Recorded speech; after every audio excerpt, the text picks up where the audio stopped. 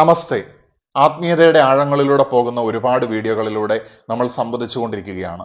നമ്മളെല്ലാവരും കണക്റ്റഡ് ആണ് എന്ന് ചിന്തിച്ചു നോക്കിക്കഴിഞ്ഞാൽ നമുക്ക് മനസ്സിലാകുമെന്നുള്ളത് ഹെർമെറ്റിസിസത്തിനെ കുറിച്ചുള്ള വീഡിയോയിൽ ഞാൻ പറഞ്ഞിട്ടുണ്ടായിരുന്നു. അതുപോലെ തന്നെ നമ്മളുടെ മനസ്സുകളും കണക്റ്റഡ് ആണ് എന്ന് പറഞ്ഞിട്ടുണ്ടെങ്കിൽ അത് നിങ്ങൾക്ക് സമ്മതിക്കാനായിട്ട് സാധിക്കുമോ? കാൾ ഗുസ്താവ് യുങ്ങിനെ പോലുള്ള മനഃശാസ്ത്രജ്ഞർ അഭിപ്രായപ്പെട്ടതും അത് തന്നെയാണ്. അങ്ങനെയാണ് കളക്റ്റീവ് അൺകോൺഷ്യസ്നസ് എന്നുള്ള കൺസെപ്റ്റ് വരുന്നത്. നമുക്കെല്ലാവർക്കും ഒരു ബോധ മനസ്സുണ്ട്. അത് വ്യക്തിപരമായിട്ടുള്ള ഒരു ബോധ മനസ്സാണ്. അതുപോലെ തന്നെ വ്യക്തിപരമായിട്ടുള്ള ഒരു അബോധ മനസ്സുമുണ്ട്. ആ അബോധ മനസ്സ് നമ്മളെ വളരെയധികം സ്വാധീനിക്കുന്നു എന്നുള്ളത് ലോജിക്കലി ചിന്തിച്ചാൽ തന്നെ നമുക്ക് മനസ്സിലാകുന്ന ഒരു കാര്യമാണ്. അതുപോലെ തന്നെ ഈ പേഴ്സണൽ അൺകോൺഷ്യസ് അല്ലെങ്കിൽ വ്യക്തിപരമായിട്ടുള്ള അബോധ മനസ്സിന്റെ അപ്പുറത്തേക്ക് കളക്റ്റീവ് അൺകോൺഷ്യസ്നസ് എന്ന് പറയുന്ന ഒരു അവസ്ഥയുണ്ട് എന്നാണ് കാൾ ഗുസ്താവ് യുങ് അഭിപ്രായപ്പെടുന്നത്. അത് നമ്മൾ പ്രാചീന ഭാരതത്തിലേക്ക് വരികയാണെങ്കിൽ പ്രാണലോകവുമായിട്ട് ബന്ധപ്പെട്ട കൺസെപ്റ്റുകളിൽ അല്ലെങ്കിൽ അസ്ട്രൽ വേൾഡും ആത്മീയ മാനങ്ങളെ കുറിച്ചിട്ടൊക്കെയുള്ള കൺസെപ്റ്റുകൾ നോക്കുന്ന സമയത്ത് കാണാൻ പറ്റുന്ന ഒരു കാര്യമാണ്. മാനസിക തലത്തെക്കുറിച്ചും അതുപോലെ തന്നെ കാരണതലത്തെക്കുറിച്ചും ഒക്കെ ഉള്ള വീഡിയോകളിൽ ഞാൻ വിശദീകരിച്ചിട്ടുണ്ട്. അപ്പോൾ ആ ഒരു തലത്തിലേക്ക് പോകുന്ന അവസ്ഥയിൽ നമ്മൾ എല്ലാവരും കണക്റ്റഡ് ആണ്. നമ്മളുടെ ചിന്തകൾ ഊർജ്ജമാണ് എന്നുള്ളത് ഹെർമെറ്റിസിസത്തിലൂടെ സഞ്ചരിക്കുന്ന സമയത്ത് നമ്മൾ കണ്ടിട്ടുണ്ടായിരുന്നു. നമ്മളുടെ ന്യൂറോൺസിലെ ഇലക്ട്രോകെമിക്കൽ സിഗ്നലിങ്ങിന് അപ്പുറത്തേക്ക് ക്വാണ്ടം എൻറ്റാങ്കിൾമെന്റിന്റെ ബേസിൽ നമ്മുടെ തോട്ട്സ് എനർജി ആയിട്ട് പ്രവർത്തിക്കാനുള്ള സാധ്യതയെ ആത്മീയതയും അതുപോലെ തന്നെ ന്യൂ ഏജ് സ്പിരിച്വാലിറ്റിയും തള്ളിക്കളയുന്നില്ല. അതിനെ ശാസ്ത്രീയമായിട്ട് തെളിയിക്കുക ശ്രമകരമാണെങ്കിലും നമ്മുടെ മനസ്സിന്റെ സാധ്യതകളാണ് ഇതൊക്കെ. ഓരോ ഹൈപ്പോത്തിസിസുകളാണ്. നമ്മുടെ മനസ്സിനെ കോൺഷ്യസ്, സബ് കോൺഷ്യസ്, അൺകോൺഷ്യസ് എന്നൊക്കെയുള്ള രീതിയിൽ പല ചിന്തകർ പല രീതിയിൽ തരംതിരിച്ചിരിക്കുന്നത് കാണാം. അത്തരത്തിൽ ഒരുപാട് തരംതിരിവുകളും ഇൻഡിക്കേറ്റ് ചെയ്യുന്നത് നമുക്കൊരു ബോധ മനസ്സുണ്ട് എന്നുള്ളത് തന്നെയാണ്. അത് നമുക്കറിയാവുന്ന കാര്യമാണ്, ബോധപരമായിട്ട് നമ്മൾ ചിന്തിക്കുന്നതായിട്ടുള്ള കാര്യങ്ങൾ. പക്ഷേ ആ മനസ്സിനെ പ്രത്യേകമായിട്ടുള്ള ഒരു രീതിയിൽ ബൈപ്പാസ് ചെയ്യുകയോ ട്രാൻസെൻഡ് ചെയ്യുകയോ ചെയ്തിട്ടുണ്ടെങ്കിൽ, അല്ലെങ്കിൽ ആ ഒരു കോൺഷ്യസ്നെസ്സിനെ, ബോധത്തിനെ നമ്മൾ വളർത്തിയെടുക്കുക അല്ലെങ്കിൽ എക്സ്പാൻഡ് ചെയ്യുന്ന സമയത്താണ് അബോധ തലങ്ങളിലേക്ക് നമുക്ക് ആക്സസ് കിട്ടുന്നത്. വൺസ് ഒരു വ്യക്തിക്ക് ഈ അബോധ തലങ്ങളിലേക്ക് എൻ്റർ ചെയ്യാനായിട്ട് പറ്റിയിട്ടുണ്ടെങ്കിൽ അയാൾക്ക് പല അത്ഭുതങ്ങളും ചെയ്യാനായിട്ട് സാധിക്കും എന്നുള്ളതാണ്. യോഗികൾക്കും പല ഋഷിവര്യന്മാർക്കും ആത്മീയ സിദ്ധിയുള്ള ആളുകൾക്കും ഒക്കെ അവിടേക്ക് ആക്സസ് ലഭിക്കും എന്നുള്ളതാണ് ചരിത്രത്തിലൂടെ നോക്കുന്ന സമയത്ത് നമുക്ക് കാണാനായിട്ട് സാധിക്കുന്നത്. പക്ഷെ ഇതൊക്കെ വ്യക്തിപരമായിട്ടുള്ള അനുഭവങ്ങളാണ്, ശാസ്ത്രീയമായിട്ട് തെളിയിക്കാൻ വളരെ ബുദ്ധിമുട്ടുമാണ്. അതുകൊണ്ട് തന്നെ മനഃശാസ്ത്രം ഈ കോൺഷ്യസ്നസ്, മനസ്സ് എന്നൊക്കെയുള്ള കൺസെപ്റ്റുകളെ മാറ്റി നിർത്തിയേക്കുകയാണ്. പണ്ട് മനഃശാസ്ത്രം എന്ന് പറഞ്ഞു കഴിഞ്ഞിട്ടുണ്ടെങ്കിൽ ആത്മാവിനെ കുറിച്ചുള്ള പഠനമാണെന്നൊക്കെ ഞാൻ പല വീഡിയോകളിലും പറഞ്ഞിട്ടുണ്ട്. എല്ലാം അബ്സ്ട്രാക്ട് ആയതുകൊണ്ട് അതിൽ നിന്നൊക്കെ മാറി ബിഹേവിയറുകളെ കുറിച്ചിട്ടും അതുപോലെ തന്നെ ആ ബിഹേവിയറിന് പിന്നിലുള്ള ഫിസിയോളജിക്കൽ ആയിട്ടുള്ള റീസൺസിനെ കുറിച്ചൊക്കെയാണ് ഇന്ന് ആധുനിക മനഃശാസ്ത്രവും അല്ലെങ്കിൽ ന്യൂറോ സൈക്കോളജിയും ഒക്കെ പഠിച്ചുകൊണ്ടിരിക്കുന്നത്. അത്തരം മേഖലകളിലേക്കല്ല നമ്മൾ പോകുന്നത്. നമ്മളുടെ ഈ ഫിസിക്കൽ ആയിട്ടുള്ള ബോധ മനസ്സ്, ആ ഒരു എക്സിസ്റ്റൻസ്, ആ ഒരു കൺസെപ്റ്റ് നമുക്ക് നമ്മുടെ ഒരു മാനസിക അവസ്ഥയിൽ നിന്ന് തിരിഞ്ഞു നോക്കുന്ന സമയത്ത്, ഇൻട്രോസ്പെക്ട് ചെയ്യുന്ന സമയത്ത് നമുക്ക് റിയലൈസ് ചെയ്യാൻ പറ്റുന്നതാണ്. അതുപോലെ തന്നെ നമുക്കൊരു അബോധ തലം ഉണ്ടെന്നുള്ളത്, ഈ പറയുന്ന പേഴ്സണൽ അൺകോൺഷ്യസ്നെസ്സിന് അപ്പുറത്തേക്ക് മറ്റൊരു തലം ഉണ്ടെന്നുള്ളതും നമുക്ക് ധ്യാനത്തിലൂടെയും ചിന്തയിലൂടെയും പോകുന്ന സമയത്ത് പ്രാചീന കാലം മുതലൊക്കെയുള്ള സ്പിരിച്വൽ ട്രഡീഷൻസിന്റെ ഇൻസൈറ്റിൽ നിന്നൊക്കെ നമുക്ക് മനസ്സിലാക്കാനായിട്ട് സാധിക്കുന്ന ഒരു കാര്യമാണ്. അപ്പൊ ഈ കൺസെപ്റ്റുകളിൽ നമുക്ക് ബോധമായിട്ടുള്ള ഒരു ഭാഗവും ഒരു ഉപബോധ ഭാഗവും ഒരു അബോധ ഭാഗവും ഒക്കെ നമ്മുടെ മാനസികമായിട്ടുള്ള അവസ്ഥകളിൽ ഉണ്ടെന്നുള്ളത് നമുക്ക് റിയലൈസ് ചെയ്യാൻ, നമുക്ക് എക്സ്പീരിയൻസ് ചെയ്യാനായിട്ട് സാധിക്കുന്ന കാര്യമാണ്. ഇതിനെ സയന്റിഫിക്കലി എംപീരിക്കൽ ഡാറ്റ വെച്ചുകൊണ്ട് സമർത്ഥിക്കാനായിട്ട് ബുദ്ധിമുട്ടാണെങ്കിൽ പോലും. എന്നാലും സിഗ്മണ്ട് ഫ്രോയിഡിനെ പോലുള്ള മനഃശാസ്ത്രജ്ഞർ അവരുടേതായിട്ടുള്ള രീതിയിലുള്ള ചിന്തകൾ, അല്ലെങ്കിൽ അവർ പല മനുഷ്യരുടെയും ഉള്ളിൽ നടക്കുന്ന കാര്യങ്ങളെയൊക്കെ പല മനസ്സിന്റെ മേഖലകളാണ് ഹാൻഡിൽ ചെയ്യുന്നത് എന്നുള്ള രീതിയിൽ അവരെ തരംതിരിച്ചിട്ടുണ്ടായിരുന്നു. ഒരുപാട് കേസുകളിലൂടെ കടന്നു പോകുന്ന സമയത്ത് ക്വാളിറ്റേറ്റീവ് ആയിട്ടുള്ള മെത്തേഡ്സ് ആണ് മോസ്റ്റ് ഓഫ് ദം ഉപയോഗിച്ചതെന്ന് നമുക്ക് പറയാനായിട്ട് സാധിക്കും. എന്നിരുന്നാലും ന്യൂറോ സൈക്കോ അനാലിസിസ് പോലുള്ള ആധുനികമായിട്ടുള്ള ചില പുതിയ പഠന ശാഖകൾ ഇത്തരത്തിലുള്ള ബോധ, ഉപബോധ, അബോധ തലങ്ങളുടെ സാന്നിധ്യത്തിനെ അല്ലെങ്കിൽ എക്സിസ്റ്റൻസിനെ ഫിസിയോളജിയുമായിട്ട് കണക്ട് ചെയ്തുകൊണ്ട് അല്ലെങ്കിൽ ന്യൂറോ സൈക്കോളജിയുമായിട്ട് കണക്ട് ചെയ്തുകൊണ്ട് ന്യൂറോൺസ്, ബ്രെയിനിന്റെ ഏരിയാസ്, പല ഏരിയാസ് ഒരുമിച്ച് ചേർന്ന് പ്രവർത്തിക്കുന്നതായിട്ടുള്ള അവസ്ഥകളും ഒക്കെ ആയിട്ട് കണക്ട് ചെയ്തുകൊണ്ട് സമർത്ഥിക്കാനായിട്ട് സാധിക്കുമോ എന്നുള്ളത് അന്വേഷിച്ചുകൊണ്ടിരിക്കുകയാണ്. One of the latest field in psychology ആണത്. ഇത്രയും കോംപ്ലിക്കേറ്റഡ് ആണ് ഈ കാര്യങ്ങൾ. ഞാൻ കോംപ്ലിക്കേഷൻസിലേക്ക് പോകാൻ വേണ്ടിയല്ല നിങ്ങളുടെ അടുത്തേക്ക് വന്നത്. മുൻപുള്ള വീഡിയോകൾ ചെയ്ത സമയത്ത് എന്തുകൊണ്ടാണ് ഒരാളെ കുറിച്ച് തന്നെയുള്ള ചിന്ത എന്റെ ഉള്ളിലേക്ക് എപ്പോഴും വന്നുകൊണ്ടിരിക്കുന്നത് എന്നുള്ള ചോദ്യം ചോദിക്കുന്ന സമയത്ത് ആ വീഡിയോയിൽ പല ആളുകളും കമന്റിലൂടെ ചോദിച്ചിരുന്നു, എങ്ങനെയാണ് വേറൊരാൾ നമ്മളെ കുറിച്ച് ചിന്തിക്കുന്നുണ്ടെങ്കിൽ അത് അറിയാനായിട്ട് സാധിക്കുക എന്നുള്ളത്. ഞാൻ നേരത്തെ പറഞ്ഞ പോലെ വി ആർ ഓൾ കണക്റ്റഡ്. ആ ഒരു കണക്ഷൻ ഉണ്ടെങ്കിൽ if our thoughts are energy എന്നുള്ള ആ ഒരു കൺസെപ്റ്റ്, ആ ഒരു ക്വാണ്ടം എൻറ്റാങ്കിൾമെന്റ് നമ്മുടെ തോട്ട് ബേസിലും വർക്ക് ചെയ്യുന്നുണ്ട് എന്നുണ്ടെങ്കിൽ, അല്ലെങ്കിൽ അങ്ങനെ ഒരു ഹൈപ്പോത്തിസിസ് ശരിയാണെന്നുണ്ടെങ്കിൽ നമ്മുടെ മനസ്സിന്റെ ടെലിപ്പതിക്കൽ ആയിട്ടുള്ള കാര്യങ്ങളെ കുറിച്ച് നമുക്ക് മനസ്സിലാക്കാനായിട്ട് സാധിക്കും. ഈ ടെലിപ്പതി എന്ന് പറയുന്നതൊക്കെ സയൻസ് പഠിച്ചുകൊണ്ടിരിക്കുന്ന ഒരു കാര്യമാണെന്ന് ഞാൻ സൂചിപ്പിച്ചിട്ടുണ്ടായിരുന്നു. ഇതിന്റെയൊക്കെ ഒരു അടിസ്ഥാനത്തിൽ തന്നെയാണ് കോൺഷ്യസ് ആയിട്ടും അൺകോൺഷ്യസ് ആയിട്ടും ബോധത്തോടെയും അല്ലാതെയും ഒക്കെ ടെലിപതി നമ്മളിലൂടെയൊക്കെ സാധ്യമാകാനുള്ള സാധ്യതയുണ്ട്, നമ്മളിലൂടെയൊക്കെ നടക്കാനുള്ള സാധ്യതയുണ്ട്. അത്തരത്തിൽ പല അടയാളങ്ങൾ വേറൊരു വ്യക്തി നമ്മളെക്കുറിച്ച് ചിന്തിക്കുന്ന സമയത്ത് നമുക്ക് എങ്ങനെ സെൻസ് ചെയ്യാൻ പറ്റും എന്നുള്ളതാണ് ഈ വീഡിയോയിൽ വിശദീകരിക്കുന്നത്. അതിന് മുൻപായിട്ടൊരു കാര്യം മനസ്സിലാക്കണം. നമ്മുടെ ചിന്തകൾ നമ്മളെ വളരെയധികം ബുദ്ധിമുട്ടിക്കുന്നുണ്ട്, നമ്മുടെ ജീവിതത്തിനെയും നമ്മുടെ ചുറ്റിനുള്ള ആളുകളുടെ ജീവിതത്തിനെയും വളരെ സാരമായിട്ട് ബാധിക്കുന്നുണ്ട്. സന്തോഷകരമായിട്ടുള്ള ഒരു ഫംഗ്ഷനിങ്ങിനെ അത് അനുവദിക്കുന്നില്ല എന്നുണ്ടെങ്കിൽ മാനസിക പ്രശ്നമുണ്ടോ എന്നുള്ള കാര്യങ്ങളും അന്വേഷിക്കേണ്ടിയിരിക്കുന്നു. പല ആളുകളും ഇത്തരത്തിലുള്ള സ്പിരിച്വൽ സൂപ്പർ നാച്ചുറൽ ഫെനോമിനാസ് അല്ലെങ്കിൽ സിക്സ്ത് സെൻസ് ബേസ്ഡ് ആയിട്ടുള്ള കാര്യങ്ങൾ നടക്കുന്ന സമയത്ത് അതിനെ ഡെല്യൂഷൻ ആയിട്ടും ഹാലൂസിനേഷൻ ആയിട്ടും ഒക്കെ എളുപ്പത്തിൽ കാണാനായിട്ട് ശ്രമിക്കുന്നുണ്ട്. ഇതൊരു ശാസ്ത്രീയ അന്ധത അല്ലെങ്കിൽ വിഡ്ഢിത്തരം എന്ന് മാത്രമേ പറയാനായിട്ട് സാധിക്കുകയുള്ളൂ. 5 സെൻസസ്, നമ്മളുടെ പഞ്ചേന്ദ്രിയങ്ങൾക്ക് അപ്പുറത്തുള്ള കാര്യങ്ങളുണ്ട്. നമ്മുടെ കണ്ണിന് കാണാൻ പറ്റുന്ന റേഞ്ചിന് അപ്പുറത്തേക്കുള്ള നിറങ്ങളുണ്ട്, ചെവിക്ക് കേൾക്കാൻ പറ്റുന്ന റേഞ്ചിന് അപ്പുറത്തേക്കുള്ള ശബ്ദങ്ങളുണ്ട്. അതുപോലെ എല്ലാ പഞ്ചേന്ദ്രിയങ്ങൾക്കും അതീതമായിട്ടുള്ള കാര്യങ്ങൾ പ്രപഞ്ചത്തിൽ നടന്നുകൊണ്ടേയിരിക്കുന്നു. മനുഷ്യൻ അതിനെക്കുറിച്ച് എപ്പോഴും ക്യൂരിയസ് ആണ്. തീർച്ചയായിട്ടും നമുക്ക് അറിയാൻ പറ്റുന്ന പ്രപഞ്ചത്തിന്റെ ഈ ഭൗതികമായിട്ടുള്ള മാനം എന്ന് പറയുന്നത് വളരെ വളരെ കുറഞ്ഞ ഒരു ശതമാനം മാത്രമാണ്. അത് എത്ര ശതമാനമാണെന്ന് പറയണമെങ്കിൽ മൊത്തത്തിലുള്ളത് നമുക്ക് മനസ്സിലാണ്. അതുകൊണ്ട് അതുപോലും നമുക്ക് പറയാനായിട്ട് സാധിക്കില്ല എന്നുള്ളതാണ്. അപ്പൊ അത്രയും ചെറിയൊരു പോയിന്റിൽ നിന്നുകൊണ്ട് നമ്മൾ പറയുകയാണ് ഈ കാണുന്നതൊക്കെയാണ് സത്യം, ഈ യാഥാർത്ഥ്യം, ഈ പഞ്ചേന്ദ്രിയങ്ങളുടെ ലിമിറ്റഡ് ആയിട്ടുള്ള അവസ്ഥകൾ കൊണ്ട് മനസ്സിലാക്കിയതാണ് സത്യം എന്ന് പറയുമ്പോൾ ആ വ്യക്തി എന്തിൽ കഴിയുകയാണ്? അയാൾ മായയിൽ കഴിയുകയാണ്. ഈ മായയിൽ നിന്ന് പുറത്തേക്ക് വന്നിട്ടുണ്ടെങ്കിൽ മാത്രമേ നമുക്ക് യാഥാർത്ഥ്യത്തിനെ മനസ്സിലാക്കാനായിട്ട് സാധിക്കുള്ളൂ. ഇൻഫിനിറ്റ് എറ്റേണൽ ആയിട്ടുള്ള അല്ലെങ്കിൽ ഇമ്മോർട്ടൽ ആയിട്ടുള്ള സോൾസ് എന്ന് പറയുന്ന അവസ്ഥയിൽ നമ്മുടെ മനുഷ്യൻ ഒരു ആത്മീയ ജീവി എന്നുള്ള വ്യൂ പോയിന്റിൽ നിൽക്കുന്ന സമയത്ത് അല്ലെങ്കിൽ ആ ഒരു അവസ്ഥയിലായിരിക്കുന്ന സമയത്ത് ഇതിനപ്പുറത്തേക്കുള്ള മാനങ്ങളെ ആക്സസ് ചെയ്യാനായിട്ട് സാധിക്കുകയാണ്. അവന് സത്യത്തെ മനസ്സിലാക്കാനായിട്ട് സാധിക്കുകയാണ്. അവന് പ്രപഞ്ചവുമായിട്ട് ഒന്നാകാനായിട്ട് സാധിക്കുകയാണ്.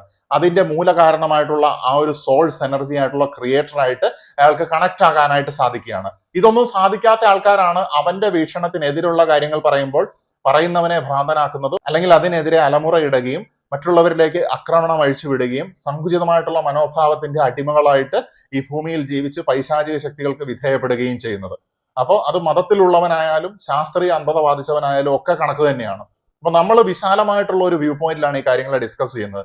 ഏതെങ്കിലും ഒരു മതത്തിന്റെ ഉള്ളിൽ നിന്നുകൊണ്ടല്ല, അതുപോലെ തന്നെ ഏതെങ്കിലും ഒരു ശാസ്ത്രീയ ശാഖയുടെയോ ഫിലോസഫിക്കൽ സ്കൂൾ ഓഫ് തോട്ടിന്റെയോ അടിസ്ഥാനത്തിൽ അല്ലെങ്കിൽ അതിന്റെ അടിയിൽ നിന്നുകൊണ്ടല്ല നമ്മൾ ഈ കാര്യങ്ങൾ ഡിസ്കസ് ചെയ്യുന്നത്. നമ്മൾ വളരെ ബ്രോഡായിട്ട് വിശാലമായിട്ടുള്ള ഒരു വ്യൂ പോയിന്റിലാണ് നമ്മൾ സ്പിരിച്വാലിറ്റിയിലൂടെയുള്ള ഈ യാത്ര മുന്നോട്ട് പോയിക്കൊണ്ടിരിക്കുന്നത്.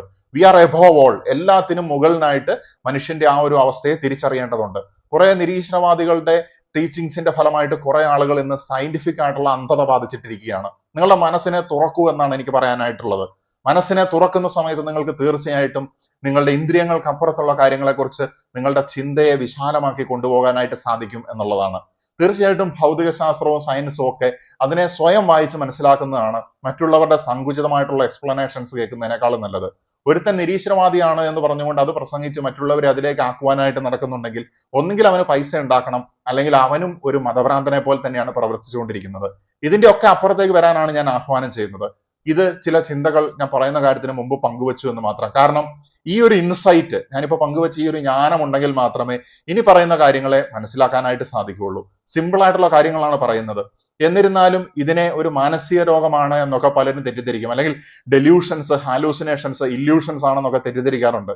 ഇങ്ങനെ ഉണ്ടാകാതിരിക്കാൻ വേണ്ടിയിട്ടാണ് ഞാൻ ആദ്യം തന്നെ ഈ കാര്യങ്ങൾ പറഞ്ഞിരിക്കുന്നത്. കാരണം നമ്മളുടെ ജീവിതത്തിനെയോ ചുറ്റുമുള്ളവരുടെ ജീവിതത്തിനെയോ സാരമായി ബാധിക്കുന്ന രീതിയിലുള്ള ഒരു പ്രശ്നം വരുന്ന സമയത്താണ് നമുക്ക് അതിനെ മനോരോഗം എന്ന് വിളിക്കാനായിട്ട് സാധിക്കുള്ളൂ. അതുപോലെ തന്നെ DSM, ICD തുടങ്ങിയ രോഗനിർണയ മാനുവലുകളിൽ പല സൈക്കോളജിക്കൽ ഡിസോർഡേഴ്സ് അല്ലെങ്കിൽ പേഴ്സണാലിറ്റി ഡിസോർഡേഴ്സിനും മാനസിക പ്രശ്നങ്ങളെ, അവസ്ഥകളെ ഒക്കെ ലിസ്റ്റ് ചെയ്തിട്ടുണ്ട്. അതിനൊക്കെ സ്പെസിഫിക് ആയിട്ടുള്ള സൈൻ ആൻഡ് സിംറ്റംസ് ഉണ്ട്.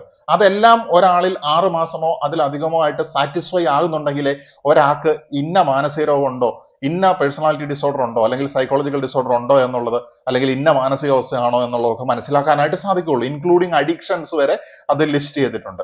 ഇത് മനഃശാസ്ത്രജ്ഞർ ഈ പ്രകാരമാണ് ആളുകൾക്ക് രോഗനിർണയം അല്ലെങ്കിൽ ഡയഗ്നോസിസ് നടത്തുന്നത്. സൈക്കാട്രിസ്റ്റ് ഭൗതികമായിട്ടുള്ള ആസ്പെക്ട്സിലാണ് കൂടുതൽ ഫോക്കസ് ചെയ്യുന്നതെങ്കിൽ ക്ലിനിക്കൽ സൈക്കോളജിസ്റ്റിനെ സംബന്ധിച്ചിടത്തോളം തെറാപ്പീസും മറ്റു കാര്യങ്ങളിലും ഒക്കെ ഫോക്കസ് ചെയ്യുന്നു. ഇതൊക്കെ പ്രാഥമികമായിട്ട് ആളുകൾക്ക് അറിയില്ല. ഈ അറിവില്ലായ്മേനെയാണ് ഇന്ന് പല എക്സ്ട്രീമിസ്റ്റുകളും ചൂഷണം ചെയ്തുകൊണ്ടിരിക്കുന്നത്. മതത്തിന്റെ ഭാഗത്തു നിന്നുള്ള എക്സ്ട്രീമിസ്റ്റുകളുണ്ട്, നിരീശ്വരവാദത്തിന്റെ ഭാഗത്തു നിന്നുള്ള എക്സ്ട്രീമിസ്റ്റുകളുണ്ട്. ഇവരുടെ മണ്ടത്തരങ്ങൾ കേൾക്കാതെ സ്വയം കാര്യങ്ങൾ വായിച്ച് ലയിക്കുക എന്നുള്ളതാണ് ഏറ്റവും പ്രധാനപ്പെട്ട കാര്യം. അപ്പൊ ഇതിന്റെ അടിസ്ഥാനത്തിൽ ആത്മീയ അനുഭവങ്ങളെയും മാനസിക പ്രശ്നങ്ങളെയും നമുക്ക്, അല്ലെങ്കിൽ ഡെലൂഷൻസ്, ഹാലൂസിനേഷൻ തുടങ്ങിയ അവസ്ഥകളെയും വ്യക്തിത്വ പ്രശ്നങ്ങളെയും ഒക്കെ നമുക്ക് വളരെ സുഗമമായിട്ട് വ്യക്തമായിട്ട് തന്നെ നമുക്ക് വേർതിരിച്ച് മനസ്സിലാക്കാനായിട്ട് സാധിക്കും. മുൻപുള്ള വീഡിയോയിൽ ഞാൻ സൂചിപ്പിച്ചിട്ടുണ്ട് എങ്ങനെയാണ് മാനസിക പ്രശ്നങ്ങളും ആത്മീയ അനുഭവങ്ങളും വേർതിരിച്ചറിയാനായിട്ട് സാധിക്കുക എന്നുള്ളത്. അത് മറ്റു വിഷയങ്ങളെക്കുറിച്ച് സംസാരിക്കുന്നതിന്റെ ഇടയിൽ സംസാരിക്കുന്നതാണ്. ഇത് ഒരു ആത്മീയമായിട്ടുള്ള ഒരു സ്പിരിച്വൽ ഇൻസ്പിരേഷന്റെ മുകളിൽ ചെയ്യുന്ന കാര്യമാണ്. അതുപോലെ തന്നെ നമ്മൾ നമ്മുടെ ഡിസ്ക്ലൈമറിൽ കൊടുത്തിട്ടുണ്ട് നമ്മുടെ വീഡിയോയുടെ സ്വഭാവവും എന്താണ് അത് കാണുന്ന സമയത്ത് നിങ്ങൾ ശ്രദ്ധിക്കേണ്ടതായിട്ടുള്ള കാര്യം എന്നുള്ളതും. അപ്പൊ ഇത് സ്പിരിച്വൽ ബിലീഫ്സ് ഉണ്ട്, പേഴ്സണൽ വ്യൂസ് ഉണ്ട്, അൺവെരിഫൈഡ് ആയിട്ടുള്ള അല്ലെങ്കിൽ സയന്റിഫിക്കലി വെരിഫൈ ചെയ്യാത്തതായിട്ടുള്ള കാര്യങ്ങൾ പറയുന്നുണ്ടായിരിക്കാം, ഹൈപ്പോത്തീസിസുകൾ മുന്നോട്ട് വെക്കുന്നുണ്ടായിരിക്കാം, ആശയങ്ങൾ മുന്നോട്ട് വെക്കുന്നുണ്ടായിരിക്കാം. അപ്പൊ ആ ഒരു ഫ്ലെക്സിബിലിറ്റിയോടെയും ഓപ്പൺ മൈൻഡോടെയും കാണാൻ താല്പര്യമുള്ള ആളുകളിലേക്കാണ് ഇത് പറയുന്നത്. അതിന്റെ മോസ്റ്റ് ഓഫ് അങ്ങനെയുള്ള ആളുകൾ നമ്മളിലേക്ക് എത്തിക്കൊണ്ടിരിക്കുന്നുണ്ട്. അവരുടെ പ്രോത്സാഹനങ്ങളും അതുപോലെ തന്നെ അവരത് ഉപകാരപ്പെടുത്തുകയും ചെയ്യുന്നുണ്ടെന്നുള്ള വിശ്വാസത്തിലാണ് നമ്മൾ വീണ്ടും നിങ്ങളുടെ മുന്നിലേക്ക് ഇത്തരത്തിലുള്ള ആശയങ്ങളുമായിട്ട് വരുന്നത്. അപ്പോ നമുക്ക് എന്താണ് ഒന്നാമത്തെ ലക്ഷണം എന്നുള്ളത് നോക്കാം. ഒരു വ്യക്തി നമ്മളെക്കുറിച്ച് ചിന്തിച്ചുകൊണ്ടിരിക്കുകയാണെങ്കിൽ നമുക്ക് എങ്ങനെയാണ് അതിന്റെ ഇൻസൈറ്റ്സ് കിട്ടുക? അതായത് ഈ ഭൗതികമായിട്ടുള്ള ഒരു അവസ്ഥയിൽ ആ രീതിയിൽ ചിന്തിക്കുമ്പം ഇതൊക്കെ ചിലപ്പോൾ ഡെല്യൂഷൻസ് ആയിട്ടോ ഹാലൂസിനേഷൻസ് ആയിട്ടോ ഇല്യൂഷൻസ് ആയിട്ടോ തോന്നിയേക്കാം. പക്ഷെ ഇവിടെ ചിന്തിക്കേണ്ടത് ആത്മീയമായിട്ടുള്ള ഒരു തലമുണ്ട്. ആ തലത്തിൽ കൂടിയാണ് ഈ കാര്യങ്ങളൊക്കെ വർക്ക് ചെയ്യുന്നത്. ഒരു ഐഡിയലിസ്റ്റിക് ആയിട്ടുള്ള ആശയങ്ങളുടെ ഒരു ലോകമുണ്ട്. ആ ആശയങ്ങളുടെ റിസൾട്ടാണ് നമുക്ക് ഈ ഭൗതികമായിട്ടുള്ള അവസ്ഥയിൽ കാണാനായിട്ട് സാധിക്കുന്നത്. അതുപോലെ തന്നെ ലൈറ്റിന്റെ ഏറ്റവും വൈബ്രേഷൻ കുറഞ്ഞ അവസ്ഥയാണ് ഭൗതികമായിട്ടുള്ള മെറ്റീരിയലിസ്റ്റിക് പാർട്ടിക്കിൾസ് എന്നുള്ള ഒരു ചിന്തയുണ്ട്. ഇതൊക്കെ മെറ്റാഫിസിക്സിലെ അല്ലെങ്കിൽ ചില സ്പിരിച്വൽ ട്രഡീഷൻസിലെ തോട്ട് സ്ട്രീമുകളാണ്. അപ്പോൾ ഈ ലൈറ്റ്, നമ്മളെന്ന് പറയുന്നത് തന്നെ ലൈറ്റ് ബീയിങ്സ് ആണ് എന്നാണ് അത്തരത്തിലുള്ള വിശ്വാസങ്ങൾ വെച്ച് പുലർത്തുന്നവർ ചിന്തിക്കുന്നത്. അതായത് നമ്മൾ ഈ ഭൗതികമായിട്ടുള്ള അവസ്ഥയിൽ നിന്ന് ഉയർന്ന ഊർജ്ജത്തിൽ വൈബ്രേറ്റ് ചെയ്യുന്ന സമയത്ത് നമ്മൾ ലൈറ്റ് ബീയിങ്സ് ആയിട്ട് മാറുകയാണെന്നാണ് അവർ വിശ്വസിക്കുന്നത്. അതായത് പ്രകാശത്തിൻ്റെതായിട്ടുള്ള ഒരു അവസ്ഥ, മെറ്റീരിയലിസ്റ്റിക് ആയിട്ടുള്ള അവസ്ഥയുടെ ഹൈ വൈബ്രേഷൻ സ്റ്റേജ് ആണ് ലൈറ്റ് എന്ന് പറയുന്നതായിട്ടുള്ള ഒരവസ്ഥ. ഈ ലൈറ്റും ഡാർക്ക്നെസ്സും ഒരേ സംഗതിയുടെ തന്നെ രണ്ട് പോൾസ് ആണെന്ന് പറയുന്ന ഒരു അവസ്ഥ. അപ്പൊ ഇതൊക്കെ വ്യത്യസ്തമായിട്ടുള്ള ചിന്തകളാണ് നമ്മൾ അവതരിപ്പിച്ചുകൊണ്ടിരിക്കുന്നത്. പല ചിന്താധാരകളെ അടിസ്ഥാനമാക്കിയും അല്ലാതെയും പറയുന്ന കാര്യങ്ങൾ ഇതിലുണ്ട്. ഹെർമറ്റിസിസം പോലുള്ള ചിന്താധാരകളിലൂടെ സഞ്ചരിച്ചു കഴിഞ്ഞാൽ തന്നെ നമ്മുടെ ഒരുപാട് ഇല്യൂഷൻസ്, മതാന്ധതയൊക്കെ മാറിക്കിട്ടുമെന്നുള്ളതാണ് രസകരമായിട്ടുള്ള ഒരു കാര്യം. അതുപോലെ തന്നെ സ്പിരിച്വൽ ടെക്സ്റ്റുകളിലൂടെ, സീക്രട്ട് ബുക്സിലൂടെ ഒക്കെ പോകുന്ന സമയത്ത് നമുക്ക് ഈ പ്രകാശത്തിന്റെ അടിസ്ഥാനത്തിൽ മറ്റ് സൃഷ്ടികൾ വരുന്നതായിട്ടൊക്കെ കാണാനായിട്ട് സാധിക്കും. സൂര്യൻ എന്ന് പറയുന്ന പ്രകാശ സോഴ്സ് ഇല്ലെങ്കിൽ തന്നെ ഇവിടെയുള്ള ജീവന്റെ അവസ്ഥ എന്താവുന്നുള്ളത് നമുക്കറിയാവുന്ന കാര്യമാണ്. അപ്പൊ thoughts are energy, we are all connected. ഒരാൾ നമ്മളെക്കുറിച്ച് ചിന്തിക്കുന്നു എന്നുള്ളത് നമുക്ക് തിരിച്ചറിയാനുള്ള ഒന്നാമത്തെ കാര്യം എന്താണെന്ന് വെച്ചാൽ, നിങ്ങൾക്ക് ഒരാളെ കുറിച്ചുള്ള ചിന്ത വരികയാണ്, അല്ലെങ്കിൽ ഇന്റൻസ് ആയിട്ടുള്ള ഒരു തോട്ട് വരികയാണ്, പെട്ടെന്ന് ഒരു സഡൻ ആയിട്ടുള്ള തോട്ട് വരികയാണ്, അയാളുമായിട്ട് ബന്ധപ്പെട്ട ഒരു ഇമോഷൻ വരികയാണ്, ആ സമയത്ത് അയാളുടെ ഒരു ഫോൺ കോൾ വരികയാണ്. സോ ഇതിൽ നിന്ന് പല സമയത്ത് നമ്മുടെ ജീവിതത്തിൽ നടക്കുന്നുണ്ടായിരിക്കാം. ഇതിനൊരു കോയിൻസിഡൻസ് എന്നുള്ളതിനപ്പുറത്തേക്ക് എല്ലാ കാരണങ്ങൾക്കും ഒരു എഫക്റ്റ് ഉണ്ടെന്ന് നമ്മൾ പഠിച്ചിട്ടുണ്ട്. എല്ലാ എഫക്റ്റിനും ഒരു കോസ് ഉണ്ടെന്നുള്ളത് പഠിച്ചിട്ടുണ്ട്. അപ്പൊ നമുക്കുണ്ടാകുന്ന ഈ ഒരു എഫക്റ്റിന് തീർച്ചയായിട്ടും ഒരു കോസ് ഉണ്ടായിരിക്കും എന്നുള്ളതാണ്. ഇതൊരു കോംപ്ലക്സ് ചെയിൻ ആണ് ഈ കോസ് ആൻഡ് എഫക്റ്റ് എന്ന് പറയുന്നത്. അപ്പൊ ആ വ്യക്തി ചിന്തിക്കുന്ന സമയത്ത് ഈ പറയുന്ന ആത്മീയ മാനങ്ങളിലൂടെ അല്ലെങ്കിൽ ഈ സ്പിരിച്വൽ റലത്തിലൂടെ തോട്ട്സ് ആർ എനർജി എന്നുള്ള അവസ്ഥയിൽ, അല്ലെങ്കിൽ ഈ മെറ്റഫിസിക്കൽ ആയിട്ടുള്ള കൺസെപ്റ്റിന്റെ വ്യൂ പോയിന്റ് നോക്കുന്ന സമയത്ത് ഈ ക്വാണ്ടം എൻറ്റാങ്കിൾമെന്റ് പോലെ ഈ തോട്ട്സിന്റെ വൈബ്രേഷൻ ടെലിപ്പതി ആയിട്ട് നമ്മളിലേക്ക് എത്തുന്നതിന്റെ ഒരു സാധ്യതയാണത്.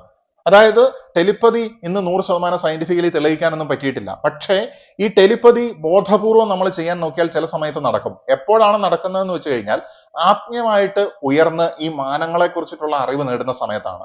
അതുകൊണ്ടാണ് പല യോഗികൾക്കും സിദ്ധികൾ കാണിക്കാനായിട്ട് സാധിക്കുന്നത്. അതുപോലെ ആത്മീയതയിൽ നടക്കുന്ന പല ആളുകൾക്കും പല മാജിക്കുകൾ കാണിക്കാനായിട്ട് സാധിക്കുന്നത്. മാജിക്കുകൾ കാണിക്കുക എന്നതിലുപരിയായിട്ട് അത് അവരിൽ നടക്കുകയാണ്.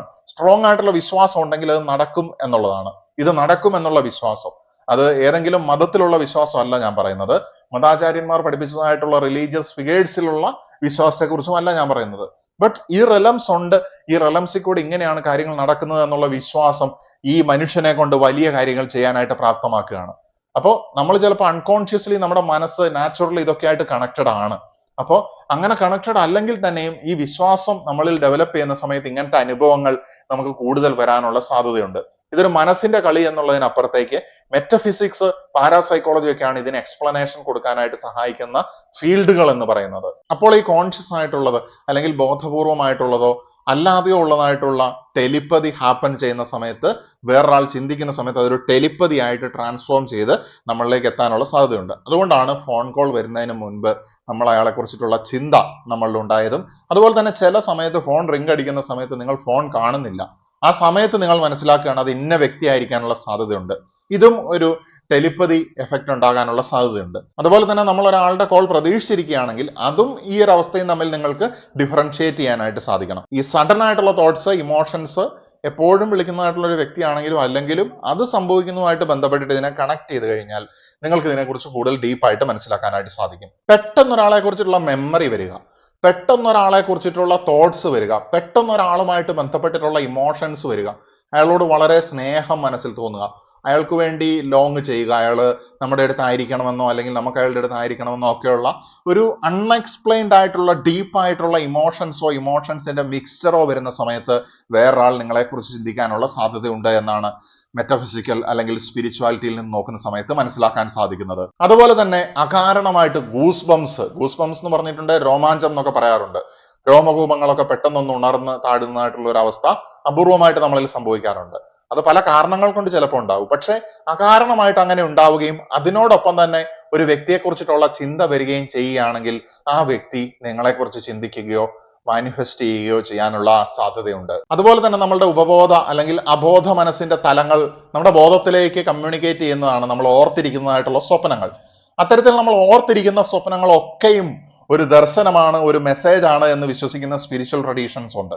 അതിനപ്പുറത്തേക്ക് നമ്മൾ അത്രയും ഡീപ്പായിട്ട് എക്സ്ട്രീമായിട്ട് പോകുന്നില്ലെങ്കിലും നമ്മളിൽ ഒരു വ്യക്തിയെക്കുറിച്ചുള്ള സ്വപ്നങ്ങൾ ഫ്രീക്വന്റ് ആയിട്ട് ഉണ്ടാകുന്നുണ്ടെങ്കിൽ ആ വ്യക്തി നമ്മളെക്കുറിച്ച് സ്ട്രോങ് ആയിട്ട് ചിന്തിക്കാനുള്ള ഒരു സാധ്യതയാണ് ആത്മീയമാനത്തിലൂടെ അല്ലെങ്കിൽ മെറ്റഫിസിക്സിന്റെ കണ്ണിലൂടെ നോക്കുന്ന സമയത്ത് മനസ്സിലാക്കാൻ സാധിക്കുന്നത്. അതുപോലെ തന്നെ നിങ്ങൾ പാതി മയക്കത്തിലോ അല്ലെങ്കിൽ വളരെ കാമായിട്ടിരിക്കുന്ന സമയത്തോ വളരെ വിവിഡ് ആയിട്ടുള്ള ഡേ ഡ്രീംസ് ഉണ്ടാകാനായിട്ടുള്ള സാധ്യതയുണ്ട്.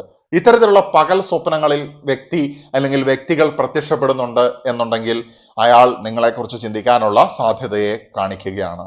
Next is about intuitive knowing ആണ്. അതായത് അന്തർജ്ഞാനത്തിന്റെ അടിസ്ഥാനത്തിലുള്ള ഒരു അറിവ്. ഈ വ്യക്തി എന്നെ കുറിച്ച് ചിന്തിക്കുന്നുണ്ട്, ഈ വ്യക്തിക്ക് ഞാൻ അവിടെ ആയിരിക്കേണ്ടതോ അല്ലെങ്കിൽ അയാൾക്ക് എന്നെ വിളിക്കേണ്ടതോ ഞാൻ കമ്മ്യൂണിക്കേറ്റ് ചെയ്യേണ്ടതായിട്ടോ അല്ലെങ്കിൽ മറ്റെന്തെങ്കിലും ഒരു അവസ്ഥയിൽ ഈ വ്യക്തി എന്നെക്കുറിച്ച് ചിന്തിക്കുന്നുണ്ട് എന്നുള്ളത് ഇൻഡിക്കേറ്റ് ചെയ്യുന്നതായിട്ടാണ് സ്പിരിച്വാലിറ്റിയിൽ പല വിശ്വാസികളും കാണുന്നത്. ആ വ്യക്തിയുമായിട്ട് ബന്ധപ്പെട്ടിട്ടുള്ള സിങ്ക്രോണിസിറ്റി എന്ന് പറഞ്ഞാൽ ഉള്ളിലുള്ളതിനോട് കറസ്പോണ്ട് ചെയ്യുന്ന രീതിയിൽ പുറത്തുള്ള കാര്യങ്ങൾ നടക്കുന്നതാണ്.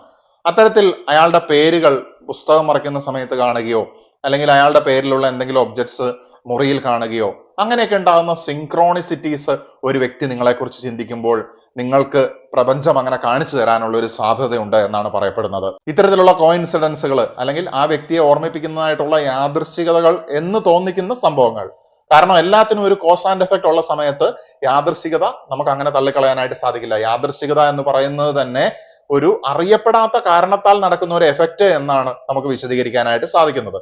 അങ്ങനെ ഉണ്ടാകുന്ന സമയങ്ങളിലും ഒരു വ്യക്തി നമ്മെക്കുറിച്ച് ചിന്തിക്കാനുള്ള സാധ്യതയാണ് ആത്മീയമായിട്ടുള്ള വിശ്വാസങ്ങളിൽ നിന്ന് കാണാൻ സാധിക്കുന്നത്. നിങ്ങൾ ഏതെങ്കിലും ഒരു വ്യക്തിയെ വേദനിപ്പിക്കുകയോ മറ്റോ ചെയ്തിട്ടുണ്ടെങ്കിൽ നിങ്ങളുടെ മനസ്സിലും ആ വ്യക്തിയെ കുറിച്ചിട്ട് വളരെ സഹതാപം തോന്നുന്നതായിട്ടുള്ള അവസ്ഥകൾ, വളരെ സ്ട്രോങ് ആയിട്ടുള്ള ദുഃഖകരമായിട്ടുള്ള ഒരു അവസ്ഥയിൽ ആ വ്യക്തിയോട് ഒരു ക്ഷമാപണം നടത്തണമെന്നുള്ള തോന്നലുകൾ, അങ്ങനെ ശക്തമായിട്ടുള്ള ചിന്ത വരുന്നത് ആ വ്യക്തിയുടെ മനസ്സ് ആഴത്തിൽ വേദനിച്ചിട്ടുണ്ട്, നിങ്ങൾ തള്ളി മാറ്റിയപ്പോൾ അത് അവരുടെ ഹൃദയത്തിലേക്കാണ് കൊണ്ടത് എന്നുള്ളത് ഇൻഡിക്കേറ്റ് ചെയ്യുന്നതായിട്ടാണ് ചിലർ വിശ്വസിക്കുന്നത്. അതുപോലെ തന്നെ ഫിസിക്കൽ സെൻസേഷൻസ് ആണ്. ഫിസിക്കൽ സെൻസേഷൻസ് ആക്ച്വലി അവിടെ ഒക്കോർ ചെയ്യുന്നുണ്ടോ എന്ന് ചോദിച്ചാൽ അവിടെ നടക്കുന്നത് പോലെ തോന്നുകയാണ്. ആ വ്യക്തിയുടെ സാന്നിധ്യം, അയാളുടെ സ്മെല്ല് അല്ലെങ്കിൽ അയാൾ സ്പർശിക്കുന്നത് പോലുള്ള അവസ്ഥകൾ, അയാളുടെ ശബ്ദം കേട്ടതുപോലുള്ള അവസ്ഥകൾ, ആക്ച്വലി അവിടെ ഒരു സ്റ്റിമുലി ഉണ്ടാവാം, ഉണ്ടാകാതിരിക്കാം, ചിലപ്പോൾ അതൊരു ഇല്യൂഷൻ ആയിരിക്കാം. അത്തരത്തിൽ നമുക്ക് മീനിങ് ഫുൾ ആയിട്ട് തോന്നുകയാണ് നമ്മുടെ കോൺഷ്യസ്നെസ്സിന്. ഈ ഒരു അവസ്ഥയിലാണ് പലരും ഹാലൂസിനേഷനെ തെറ്റിദ്ധരിക്കുന്നത്. ഹാലൂസിനേഷനും ഇല്യൂഷനും ഡെല്യൂഷനും ഒക്കെ തമ്മിലുള്ള വ്യത്യാസങ്ങളൊക്കെ വ്യക്തമായിട്ട് മനസ്സിലാക്കുകയും മാനസിക രോഗത്തിന്റെ അവസ്ഥകളും അല്ലെങ്കിൽ ഇത്തരത്തിലുള്ള സംഭവങ്ങളുടെ അവസ്ഥകളും ആത്മീയമായിട്ടുള്ള അനുഭവങ്ങളുടെ അവസ്ഥകളും തമ്മിലുള്ള വ്യത്യാസങ്ങൾ മനസ്സിലാക്കുകയും ചെയ്തു കഴിഞ്ഞാൽ അവരുടെ സംശയങ്ങൾ തീരുന്നതാണ്. നമ്മളുടെ മുൻപുള്ള വീഡിയോകൾ വിശദീകരിച്ചുകൊണ്ട് ഞാൻ ഇവിടെ പറയുന്നില്ല. അതുപോലെ തന്നെ ആ വ്യക്തി നിങ്ങളുടെ അടുത്തായിരിക്കാനോ നിങ്ങൾക്ക് ആ വ്യക്തിയുടെ അടുത്തായിരിക്കാനോ ആയിട്ടുള്ള ശക്തമായിട്ടുള്ള പെർസിസ്റ്റന്റ് ആയിട്ടുള്ള തോട്ട് വരികയാണെങ്കിലും ആ വ്യക്തി നിങ്ങളെക്കുറിച്ച് ശക്തമായിട്ട് ഇതുപോലെ തന്നെ ആഗ്രഹിക്കാനോ ചിന്തിക്കാനോ ഉള്ള സാധ്യതയുണ്ട് അല്ലെങ്കിൽ മാനിഫെസ്റ്റ് ചെയ്യുന്നുണ്ട് എന്നുള്ളത് ലോ ഓഫ് അട്രാക്ഷനിലൊക്കെ വിശ്വസിക്കുന്നുണ്ടെങ്കിൽ നമുക്ക് ആ ഒരു വ്യൂ പോയിന്റിലാണ് ഈ മാനിഫെസ്റ്റേഷൻ പറയുന്നത്. നമുക്ക് ഈ കാര്യങ്ങൾ മനസ്സിലാകുമെന്നുള്ളതാണ്. അതുകൊണ്ട് നിങ്ങളുടെ ചിന്തയുടെ ശക്തി എന്താണെന്നുള്ളത് മനസ്സിലാക്കുക. അപ്പൊ നിങ്ങൾ ആത്മീയതയിലേക്ക് ആഴത്തിലേക്ക് പോയിക്കൊണ്ടിരുന്നാൽ നിങ്ങൾ ഒരു നിരീശ്വരവാദി ആണെങ്കിൽ പോലും ആത്മീയ മണ്ഡലങ്ങൾ അല്ലെങ്കിൽ സ്പിരിച്വൽ റെലംസ് ഓർ പ്ലെയിൻസ് നമ്മൾ മുൻപുള്ള വീഡിയോയിൽ വിശദീകരിച്ചിട്ടുണ്ട്. അതിൽ ഓരോന്നിലൂടെ കടന്നു പോകുന്ന സമയത്ത് വിവിധ മാനങ്ങൾ, എന്താണ് അസ്ട്രൽ ലോകം, എന്താണ് മാനസിക തലം, എന്താണ് കാരണതലം, ഇതൊക്കെ മനസ്സിലാക്കുകയാണെങ്കിൽ തീർച്ചയായിട്ടും അതിശക്തമായിട്ടുള്ള ഒരു വ്യക്തിത്വമായിട്ട് നിങ്ങൾക്ക് എത്തിച്ചേരാനായിട്ട് സാധിക്കും. നിങ്ങൾക്ക് പണമാണ് വേണ്ടതെങ്കിൽ അതുണ്ടാക്കാനുള്ള വഴികൾ നിങ്ങളുടെ മുന്നിലേക്ക് തെളിഞ്ഞു വരികയാണ്. Without much effort smart work അല്ലെങ്കിൽ മൾട്ടി ഡയമെൻഷണൽ വർക്കാണ് അവിടെ സാധ്യമാകുന്നത്. ഹാർഡ് വർക്ക് അല്ല നിങ്ങളെ വിജയത്തിലേക്ക് നയിക്കുന്നത്. അതുപോലെ തന്നെ നിങ്ങൾക്ക് ഇഷ്ടപ്പെട്ട വ്യക്തികൾ, നിങ്ങളുടെ ട്രാക്കിലുള്ളതായിട്ടുള്ള ജീവിതം, ഇതൊക്കെ നിങ്ങളിലേക്ക് വന്നു ചേരും. പക്ഷേ ഒരു കാര്യം ഇവിടെ ശ്രദ്ധിക്കണം. നിങ്ങൾക്ക് ഇഷ്ടപ്പെട്ട വ്യക്തി എന്ന് നിങ്ങൾ വിചാരിക്കുന്ന ആളായിരിക്കില്ല പ്രപഞ്ചം നിങ്ങൾക്ക് വേണ്ടി നിശ്ചയിച്ചിട്ടുള്ളത്, അല്ലെങ്കിൽ ഈശ്വരൻ നിങ്ങൾക്ക് വേണ്ടി നിശ്ചയിച്ചിട്ടുള്ളത്. ചിലപ്പോൾ നിങ്ങളൊരു ബ്രഹ്മചാരിയായിട്ട് ജീവിക്കേണ്ട ആളായിരിക്കും, സിംഗിൾ ആയിട്ട് ജീവിക്കേണ്ട ആളായിരിക്കും, അല്ലെങ്കിൽ ഒരു വിവാഹ ജീവിതം നയിക്കേണ്ട ആളായിരിക്കും. ഏത് തരത്തിലുള്ളതാണെങ്കിലും ഇതെങ്ങനെയാ നിങ്ങളുടെ അടുത്തേക്ക് അട്രാക്റ്റഡ് ആയിട്ട് വരുന്നത്? എനിക്ക് ഏറ്റവും ബെറ്റർ ആയിട്ടുള്ള, എൻ്റെ ഹൈയസ്റ്റ് ആയിട്ടുള്ള അവസ്ഥയിൽ ഞാൻ എത്തും, എന്നെ എത്തിക്കണം എന്ന് ദൈവത്തിനോട് പറയുകയും, നിങ്ങൾക്ക് വിശ്വാസം ഉണ്ടെങ്കിലും ഇല്ലെങ്കിലും നിങ്ങൾ പറയുകയും, നിങ്ങൾ അങ്ങനെ സംഭവിക്കുന്നുള്ള ഒരു ശുഭാപ്തി വിശ്വാസത്തോടെ മുന്നോട്ട് പോവുകയും ചെയ്യുകയാണെങ്കിൽ, നിങ്ങളുടെ കർമ്മം, ജീവിതത്തിന്റെ പർപ്പസ് കണ്ടെത്തി, എങ്ങനെ കണ്ടെത്താം, എങ്ങനെ കർമ്മം ചെയ്യാന്നൊക്കെ ഉള്ളത് മുൻപുള്ള വീഡിയോയിൽ പറഞ്ഞിട്ടുണ്ട്. അത് ചെയ്യുന്ന സമയത്ത്, കൃത്യമായിട്ട് നിങ്ങളെ കർമ്മം ചെയ്യുന്ന സമയത്ത് നിങ്ങൾക്ക് വേണ്ട ആൾക്കാർ നിങ്ങളിലേക്ക് എത്തും. അല്ലാതെ ഒരിക്കലും വ്യക്തികളെയോ പണത്തിനെയോ ഫോളോ ചെയ്യരുത്. നിങ്ങളുടെ കർമ്മം എന്താണെന്നുള്ളത് കണ്ടെത്തി കഴിഞ്ഞാൽ ഇഷ്ടംപോലെ പണവും നിങ്ങൾക്ക് വേണ്ടതായിട്ടുള്ള വ്യക്തികളും നിങ്ങളുടെ ജീവിതത്തിൽ ഉയർച്ചയും ഉണ്ടാകും. ഇത് നിങ്ങളെ ഒരു ചിരഞ്ജീവി ആക്കും എന്നല്ല ഞാൻ പറയുന്നത്. കാരണം ഓൾറെഡി നമ്മൾ ചിരഞ്ജീവികളാണ്. മരണം എന്നുള്ള വാക്ക് തന്നെ ശരിക്കും പറഞ്ഞു കഴിഞ്ഞാൽ ഒരു പുനർജന്മം, അല്ലെങ്കിൽ ഒരു അനദർ റലത്തിലേക്കുള്ള ഒരു ഗ്രോത്ത് ആയിട്ടാണ് കാണേണ്ടത്. അപ്പൊ നമ്മൾ എറ്റേണൽ ബീയിങ്സ് ആണ്, നമ്മൾ ഇമ്മോർട്ടൽസ് ആണ്. നമ്മൾ സാധാരണ ഈ ഭൗതിക ശരീരം മാത്രമുള്ള ഒരു അവസ്ഥയല്ല. ആത്മീയ ഡയമെൻഷൻസിനെ കുറിച്ച് മനസ്സിലാക്കിയിട്ടുണ്ടെങ്കിൽ, ഞാൻ വ്യക്തിപരമായിട്ട് വിശ്വസിക്കുന്നത്, മരണശേഷമാണെങ്കിൽ, അതായത് നമ്മൾ ഈ ഭൗതിക ശരീരത്തിനെ ഉപേക്ഷിച്ച് ഈ പറയുന്ന ട്രാൻസ്ഫോർമേഷനിലേക്ക് പോകുന്ന സമയത്ത്, യഥാർത്ഥ ജനനത്തിലേക്ക് പോകുന്ന സമയത്ത് നമുക്ക് വളരെ വ്യക്തമായിട്ട് കാര്യങ്ങളെക്കുറിച്ച് ഒരു ഇൻസൈറ്റ് ഉണ്ടാവും എന്നുള്ളതാണ്. ഈ മായാലോകം എന്ന് നമ്മൾ വിശ്വസിക്കുന്നതായിട്ടുള്ള യഥാർത്ഥമായിട്ടുള്ള ആ ഒരു ഡയമെൻഷൻസിലേക്ക്, ഉയർന്ന ഡയമെൻഷൻസിലേക്ക് നമുക്ക് പോകുന്ന സമയത്ത് ഒരു ഇൻസൈറ്റ് ഉണ്ടായിരിക്കും എന്നുള്ളതാണ്. അവിടെ നമുക്ക് കൃത്യമായിട്ട് തുഴഞ്ഞു മുന്നോട്ട് പോകാനായിട്ട് സാധിക്കും. അല്ലെങ്കിൽ നമുക്ക് അവിടെ ആയിരിക്കുന്നതിൽ നമുക്ക് കുറെ ഇൻസൈറ്റ്സ് കിട്ടുന്ന സമയത്ത്, അതാണ് ആത്മീയതയുടെ ഗ്രോത്ത് എന്ന് പറയുന്നത്. അപ്പൊ ഈ ഇൻസൈറ്റ്സ് കിട്ടുന്ന സമയത്ത് നമ്മൾക്ക് മനസ്സിലാവും, തോട്ട്സ് എനർജിയാണ്. നെഗറ്റീവായിട്ട് ഞാൻ ചിന്തിച്ചു കഴിഞ്ഞാൽ എനിക്ക് നെഗറ്റീവ് തന്നെ വരും.